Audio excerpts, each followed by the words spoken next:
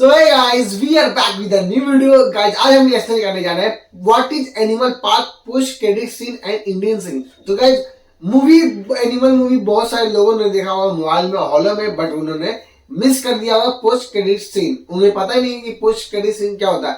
तो guys video पे जो भी नहीं है प्लीज लाइक कर दे, सब्सक्राइब कर दे हमारे यूट्यूब चैनल को।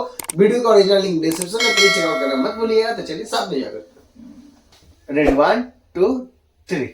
Okay, so we have 20 minutes before Salah trailer drops. तो frankly speaking, जब मैं एनिमल देखने बैठा था, मैंने सोचा नहीं था कि ये पिक्चर हमारे दिमाग में इतने सारे सवाल छोड़ जाएगी और उसके भी ऊपर से सीक्वल को लेकर इतनी सारी पॉसिबिलिटीज। फ्रैंकली स्पीकिंग, इतना सॉलिड पोस्ट क्रेडिट सीन तो मैंने कभी जिंदगी में भी नहीं सोचा था एनिमल पार्क को लेकर।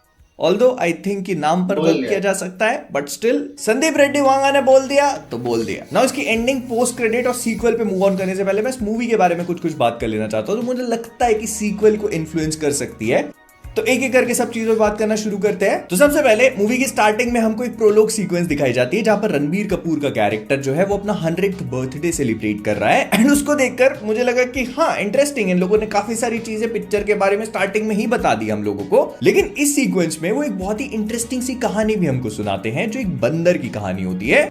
और पहले तो मुझे इसके बारे में बहुत ज्यादा समझ में नहीं आया, लेकिन जैसे जैसे मैंने इसके बारे में सोचना शुरू किया तो it has started to make sense for me now. अब अगर आप लोगों ने पिक्चर देखी है तो मैं इस कहानी पे नहीं जाऊंगा, बस इसका सारांश आपको समझाने की कोशिश कर देता हूं। इस पूरी कहानी का कंक्लूजन सॉर्ट ऑफ ये निकल रहा था कि बंदर आदमी से ज्यादा स्मार्ट हो रहा था, बिकॉज मंत्री जी who was supposed to be the smartest person in the entire kingdom, क्योंकि राजा जी मंत्री जी को बोलते हैं कि भाई कुछ एडवाइस दो, तो मंत्री जी अपने चक्कू लेके पहुंच जाते हैं और पुछ करके ऐसे नकली घुसेड़ देते अपने अंदर। तो बंदर यूं करके या मारता और कहता और ऐसे गंदे इशारे कर रहे थे। कैसे इशारे कर रहा था? ये क्या मतलब है इसका? तो पहले तो मुझे लग रहा था कि इस पूरी कहानी का कोई मतलब है नहीं इस पिक्चर में, and it is only meant for one thing, and that is Sandeep Reddy Vanga ने सिर्फ और सिर्फ क्रिटिक्स को दिखाने के लिए कहानी बनाई है, जो चीज वो इस मूवी के आखिरी में भी करते हैं। लेकिन फिर मैंने इसके बारे में थोड़ा और सोचा and I have come to realize कि इसके पीछे एक थोड़ा सा डीपर मीनिंग और भी हो सकता है, और वो ये है कि रणबीर कपूर के कैरेक्टर की ग्रोथ को भी दिखाता है। Because if you see and understand,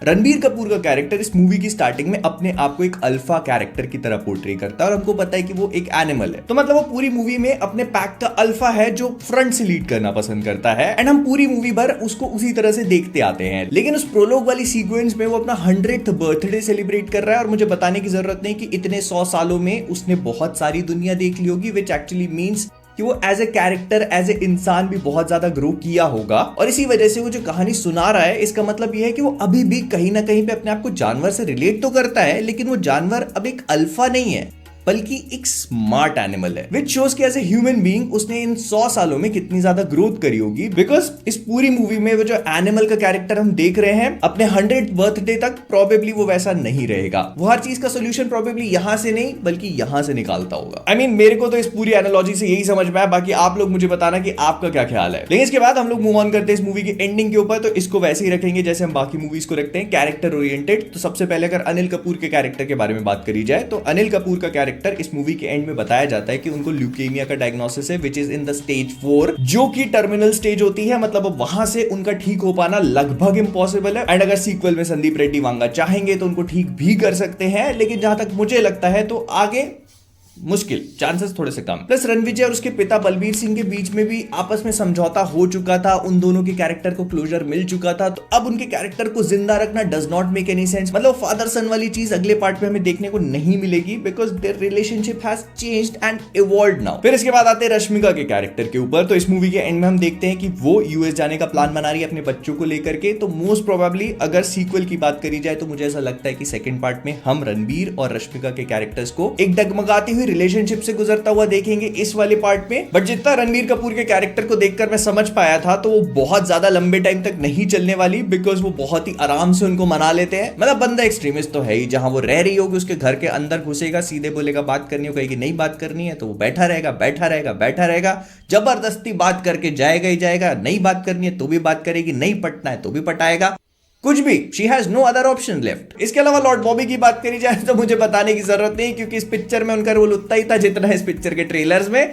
तो नहीं आएंगे। लेकिन इसके बाद हम मूव ऑन करते हैं इसके सबसे इंटरेस्टिंग पार्ट पे, और उसके लिए मेरे को आपको इनका फैमिली ट्री एक्सप्लेन करने की जरूरत है कि आखिरकार सब कुछ हुआ तो हुआ कैसे। तो देखो, बात है स्वास्तिक स्टील के इस्टेब्लिशमेंट की। तो स्वास्तिक स्टील को इस्टेब्लिश किया था अनिल कपूर मतलब बलबीर सिंह के पिताजी और उनके एक और भाई ने मिलकर। अब बलबीर सिंह के पिताजी जो थे वो तो काफी ऑनेस्ट और डेडिकेटेड थे अपने काम को लेकर, लेकिन उनका एक भाई जो था वो लस्सन था एक नंबर का। तो इसी वजह से बलबीर सिंह के जो पिताजी थे उन्होंने अपने लस्सन भाई को उठाया और फेंक दिया। अबे लस्सन भाई जो था ये विदेश गया। विदेश जाने के बाद इसका जो बड़ा बेटा हुआ वो एक बार फिर से वापस इंडिया आया। इसने आकर के स्वास्तिक स्टील पे अपना बर्थ राइट मांगने की कोशिश करी, लेकिन इसको घंटा कोई बर्थ राइट नहीं मिला क्योंकि उसने तो कुछ किया ही नहीं ना। तो इस बार बलबीर सिंह ने इसको उठा करके वापस विदेश भेज दिया। तो ये एक बार फिर से विदेश गए, इस्लाम को अपना लिया, वहां पर कई सारी शादियां करी, कई सारे बच्चे पैदा करे। उसमें से जो सबसे बड़ा बेटा था वो बॉबी देओल निकले। उनका नाम था अबरार। अब अबरार की जिंदगी का एक ही मकसद था कि अपने चाचा जो है बलबीर सिंह उनको मार देना,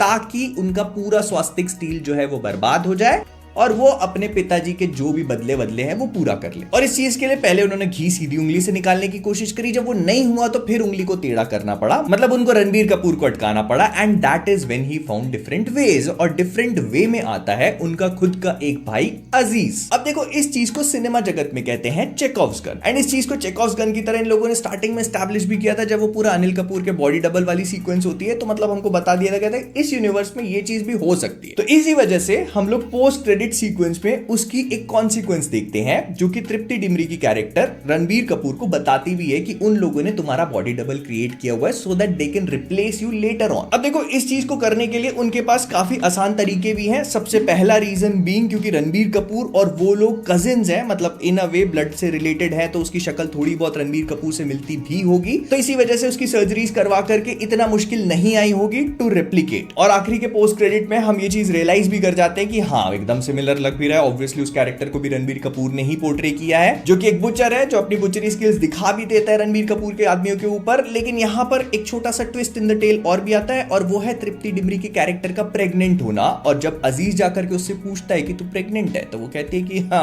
हाँ, तो कहता है कि अब ये तो आगे जाकर ही पता चलेगा कि बच्चा उसका है या मेरा। अगर वो बच्चा मेरी शक्ल से मैच नहीं खाता है, इसका मतलब मेरा है। तो इट इज क्वाइट ऑब्वियस कि उसकी शक्ल रणबीर कपूर जैसी थी नहीं, बनाई गई। Then he goes on to saying कि वो अपने भाई की भाभी से शादी कर लेगा और फिर उसके बाद उसके बच्चों को भी टेक केयर करेगा और फिर जाकर के वो जो भी करता है। लेकिन यहाँ पर अब हम लोग सीक्वल पे बात करना शुरू करते हैं कि आखिरकार हमको एनिमल पार्क में क्या देखने को मिलेगा। तो सबसे पहले ये चीज तो बहुत ही ऑब्वियसली समझ में आ रही कि ये जो बंदा है अजीज, ये रणविजय जितना ही साइको क्रेजी है और मे बी मोर। प्लस इसको अपने भाई की मौत का बदला भी लेना है, तो ये बहुत ही बुरी तरह से ड्रिवन है ब्रो। तो जहां तक मुझे लगता है तो इस मूवी के सीक्वल मतलब एनिमल पार्क में बहुत ही क्लेवरली इस कैरेक्टर को यूज कर सकते हैं। मे बी ऐसा हो सकता है कि थोड़ी मूवी के बाद मतलब जो मेन रणबीर कपूर था विजय का कैरेक्टर, उसको उठवा ले और उसको इससे स्वैप कर दे। And then he goes on to play mind games with the entire Ranbir Kapoor family. और उसमें बहुत खतरनाक माइंड गेम्स आ जाते हैं ब्रो, क्योंकि अगर आपको याद हो तो वो एक सीन में तृप्ति डिमरी से पूछता भी अपनी पैंट खोल करके कि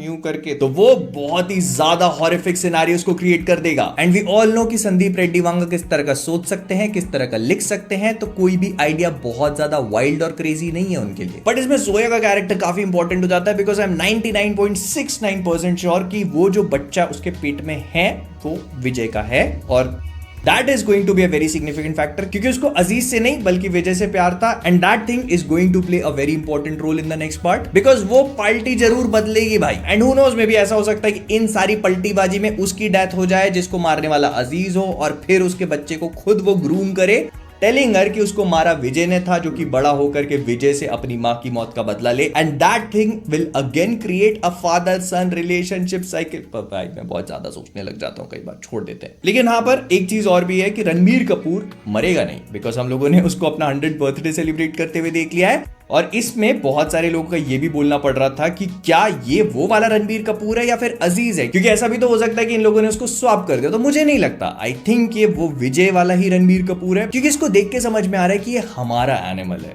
वो वाला नहीं। एंड लेट्स बी ऑनेस्ट, आप किसी विलन को 100 साल तक जिंदा रख के हीरो को पहले नहीं मार दोगे, अनलेस यू आर। ओ भाई साहब, भाई कितना कुछ सीक्वल हो सकता है भाई। जो एनिमल पार्क आ रहा है, जो न्यू अगली मूवी बनने वाला है, वो हो सकता है एनिमल पार्क वो एनिमल का दूसरा पार्ट मूवी बन जाए। हो सकता है रणवीर को स्वाइप कर दे पर स्वाइप नहीं कर सकते। हाँ, रेशमिका बॉबी देओल को स्वाइप कर दिया जा सकता है और वो उसे पापा भाई बहुत भाई जबरदस्त। ये मूवी इतना हिट था भाई, दूसरा मूवी आया वो भी एकदम जबरदस्ती हुआ, उससे अलग ही लेवल का हुआ भाई। भाई ये एनिमल पार्क और भी खतरनाक होने वाला है गाइस, मैं सच बता रहा हूँ भाई। एनिमल पार्क इससे भी खतरनाक और इससे भी ज्यादा क्रूएड भाई फाइट मिलेगा वीडियो में। तो भाई जो भी चैनल में न्यू है प्लीज लाइक करें, सब्सक्राइब कर दे और अच्छा लगा कमेंट करें भाई, वीडियो को ज्यादा शेयर करें। मिलते हैं आपसे आगे भी एक्शन वीडियो में, तब तक के लिए जय हिंद दोस्तों।